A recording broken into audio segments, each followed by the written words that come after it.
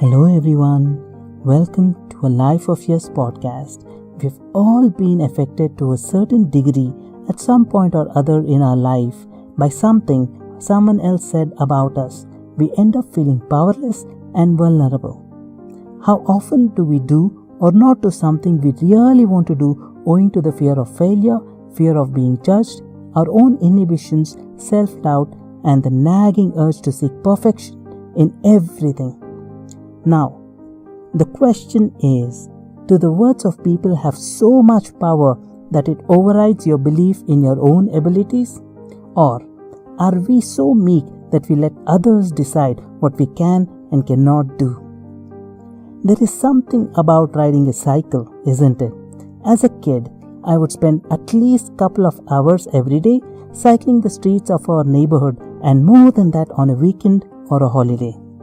During the early 2000s, owing to my dropping eyesight and couple of close calls with speed demons, had a cold feet and I called it quits.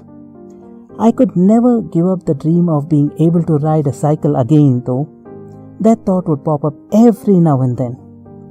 How many of us have given up on our desires, on encountering an obstacle, or having failed initially? How many of us give up very close to the finish line? Since the day I got married, I expressed my desire to ride a bike to Saumya. I wanted it so bad that it would somehow creep up in our conversations. On a recent visit to Corniche Beach, Abu Dhabi, on spotting a quadricycle and a dedicated space for it on the beach, Saumya asked me if I would like to ride a quadricycle. My eyes lit up. I, without thinking, replied, Aye, Captain. What are we waiting for? Lead the way and let's close the deal. She got the tickets, and as we were standing in the queue waiting for our cycle, I began to realize what I had signed up for. My brain kept warning me that it ain't worth the trouble. What was I thinking? It was our turn. As I was about to sit, I told myself that there is a chance that I might regret this. But it is too late to turn back, and I thought, let's do it anyway. Saumya took the first plunge. She sat on the driver's seat and away we went.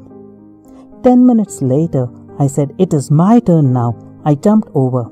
A little shaky, a little scared, a little nervous and excited, all at the same time. When I hit the pedal, I felt a wave of excitement wash over me, and the adrenaline rush I got stole my brain of all rationality and threw the spanner into the machine. I asked Saumya to take a selfie video and surge forward with all the strength I could gather. She looked ahead for a second and yelled, "Brake! Hit the brake!" Before I could process the information, crash! I rammed into the barrier. Fortunately for us, we didn't get hurt, and unfortunately for me, I don't even have a scratch to show as a badge of honor, a medal for my adventure. Well, we thought that would be the end of our troubles, but the kids in this ring had plans of their own. Kids on roller skates were testing my reaction time by crisscrossing in front of our bike on their roller skates. Guys with unicycles went overtaking us.